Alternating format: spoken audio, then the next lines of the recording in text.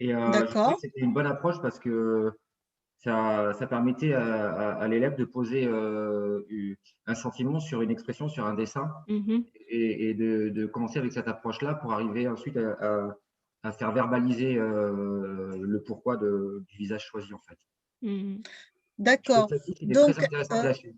Pour, plutôt que de grandes discussions, voilà, ça aurait été de présenter, de dire voilà, maintenant tu me montres, explique-moi comment tu te sens aujourd'hui, et d'essayer de comprendre, est-ce que en fait c'est de la tristesse, est-ce que c'est une dépression, enfin déprimée, est-ce qu'elle est, voilà, c'était ça.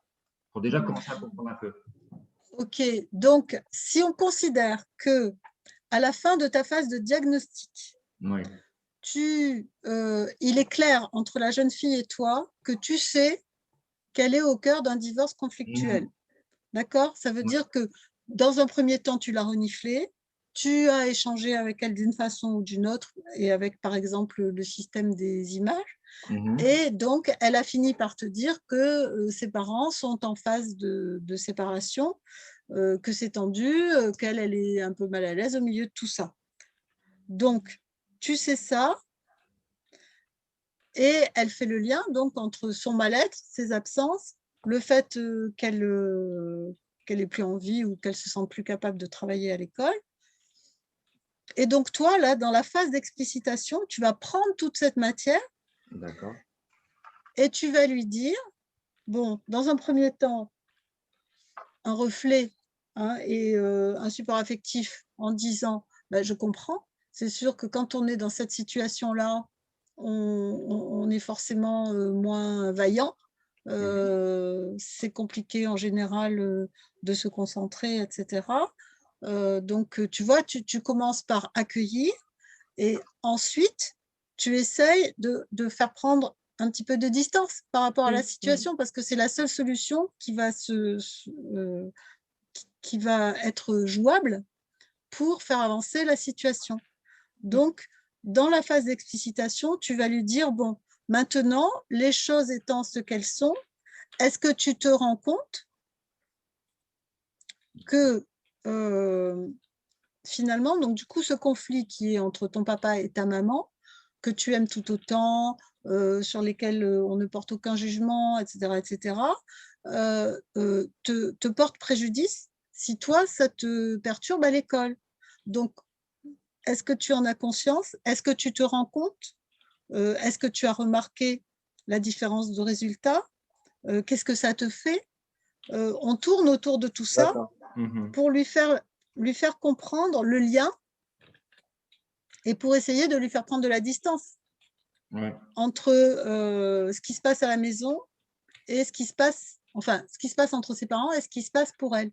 Et donc là, l'idée, ça va être à la fois d'ouvrir donc un espace de parole à cette jeune fille si elle s'est confiée pour la laisser un petit peu poser ses valises, quoi, hein, pour pouvoir euh, faire baisser la pression. Et d'autre part, après, pour l'amener à comprendre que, bah, il faudrait que ça joue un peu moins contre elle, contre ses projets d'avenir, si elle en a, contre sa Mhm. scolarité, euh, et peut-être essayer de lui faire prendre conscience qu'il peut y avoir des solutions alternatives à se réfugier dans les jeux vidéo. Voilà. En disant, bah oui, je comprends bien que les jeux vidéo, ça te vide la tête, tu es ailleurs, mais en même temps, ça t'empêche de dormir. Tu te rends compte qu'après, dans quel état es-tu le matin? Tu vois, cette phase d'explicitation, il faut qu'elle comprenne qu'on ne peut pas à la fois jouer aux jeux vidéo, se coucher tard, se lever tôt et être fraîche et dispose à l'école. C'est pas possible. Ouais. Donc, à un moment donné, est-ce qu'il ne faut pas qu'elle fasse un choix? Sinon, où est-ce qu'elle va aller? Voilà, tirer des fils. Tu vois, la phase d'explicitation, c'est tout ça. On débroussaille tout en lui faisant prendre en compte les différentes perspectives selon les choix qu'elle va faire. Est-ce que c'est clair, ça, pour tout le monde, ce que je dis? C'est-à-dire qu'il faut vraiment essayer de tourner autour des problèmes et des situations en disant, OK, bon, donc ça, j'ai bien compris. Mais donc, par rapport à ça, si tu continues, tu penses que ça va faire quoi? Si tu changes, tu penses que ça va faire quoi? Quelles sont les difficultés et les freins dans les deux situations, les avantages, les inconvénients? Essayons de triturer tout ça. Mm. Et de cette façon-là, ça lui permet à elle de s'approprier les avantages, les inconvénients. Et après, on arrive sur donc définir l'objectif du coup.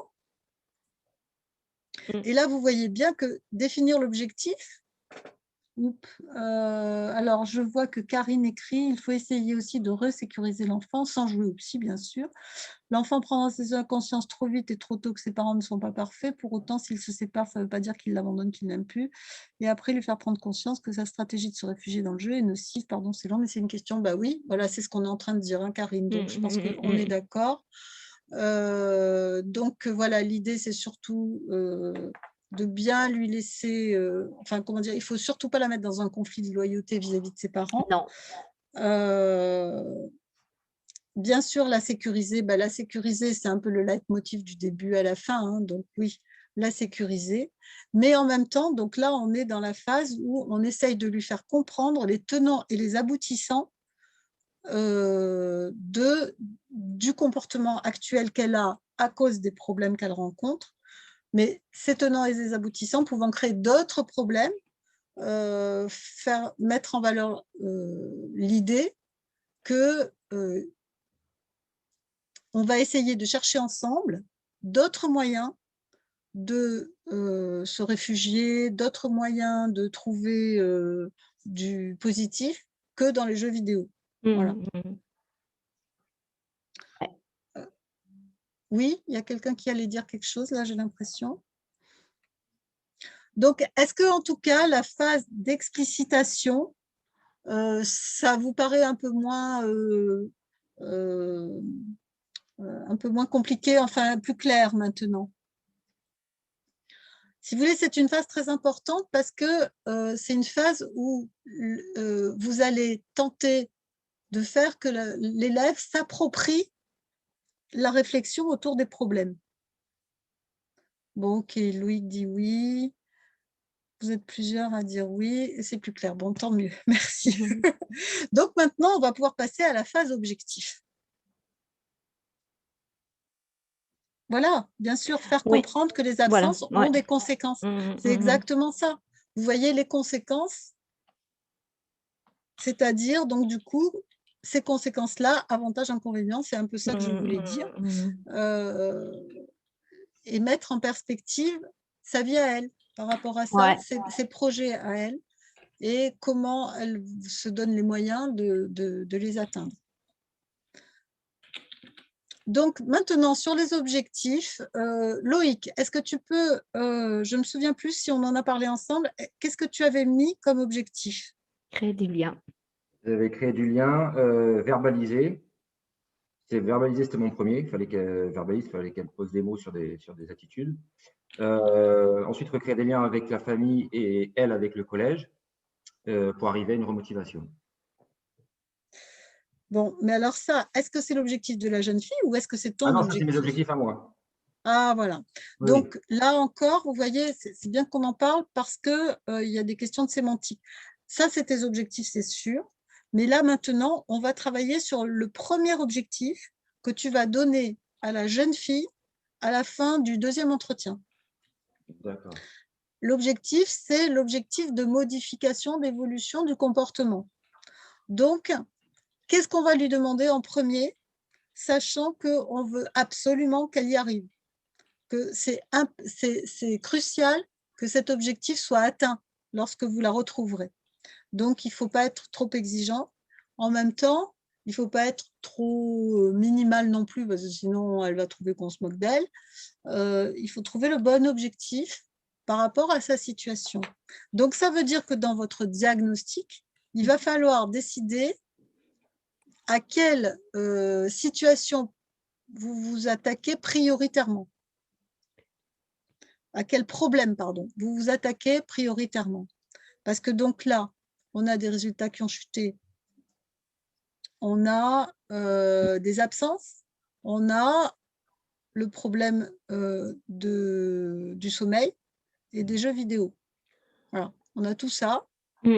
Alors, il y a dans le chat, il y a déjà un objectif. Hein. Voilà. C'est Donc Karine là, qui le donne. Hein. Donc, modifier son hygiène de voilà. vie. Voilà. Alors, pardon, je bafouille. Modifier son hygiène de vie, s'entendre sur un horaire d'arrêt des écrans, propose-t-elle, et en définissant aussi un créneau pour le travail. Mhm. Moi, Se j'avais, détacher des Oui. problèmes de ses parents, dit Didier. est-ce que je peux parler au lieu d'écrire? Parce que Oui, Bien sûr, oui, tout à bien fait. Il y a sûr, les bien deux. Hein. sûr. Il y a pas de Tout est souci. Hein. possible, je suis un peu lent. Je bien sûr, tortue quand j'écris, alors c'est plus facile de parler. Donc, moi, bien je sûr. pensais, comme pour elle, le vidéo, c'est les jeux, c'est un refuge. Lui proposer un échange, c'est-à-dire de trouver un nouveau refuge, c'est-à-dire Mhm. l'école. Ne prétendre pas qu'elle revienne totalement à son niveau précédent parce que ce n'est pas le moment pour elle, parce que le divorce des parents, évidemment, remplit sa tête, mais de revenir à l'école et d'utiliser cet espace au moins comme un refuge. Peut-être c'est un objectif minimaliste, mais parfois, j'ai vu que si on insiste trop sur tout de suite sur le repérage de la situation précédente, le lien est trop tendu et on peut décrocher même dans le rapport de confiance parce qu'elle ne se sent pas totalement comprise si on lui Oui. propose tout de suite de changer tu dois aller dormir à cette heure-ci, cette heure-là. Je comprends et je te dis de rester, d'utiliser l'école comme ton refuge. Je ne sais pas si c'est peut-être un peu trop.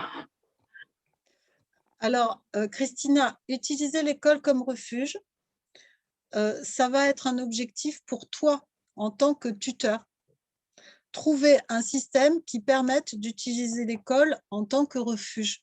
C'est toi, ton objectif, ton idée, ça va être de proposer ça à cette jeune fille. Et je suis complètement d'accord. Mais là encore, tu ne peux pas proposer ça comme objectif à la jeune fille pour la semaine suivante, pour l'entretien suivant, tu vois. Donc là, on essaye de travailler sur concrètement qu'est-ce qu'on va lui demander de modifier, de faire évoluer pour commencer par quelque chose dans son comportement. Donc, si tu veux, il va falloir trouver quelque chose qui concilie tout ce que vous êtes en train de dire. Alors, je regarde en même temps le chat. Donc, il y avait le dernier truc, c'était se détacher des problèmes des parents, mais vous voyez là aussi, ça, c'est votre objectif à vous. Hein, donc, Didier, tu as marqué ça. Ouais.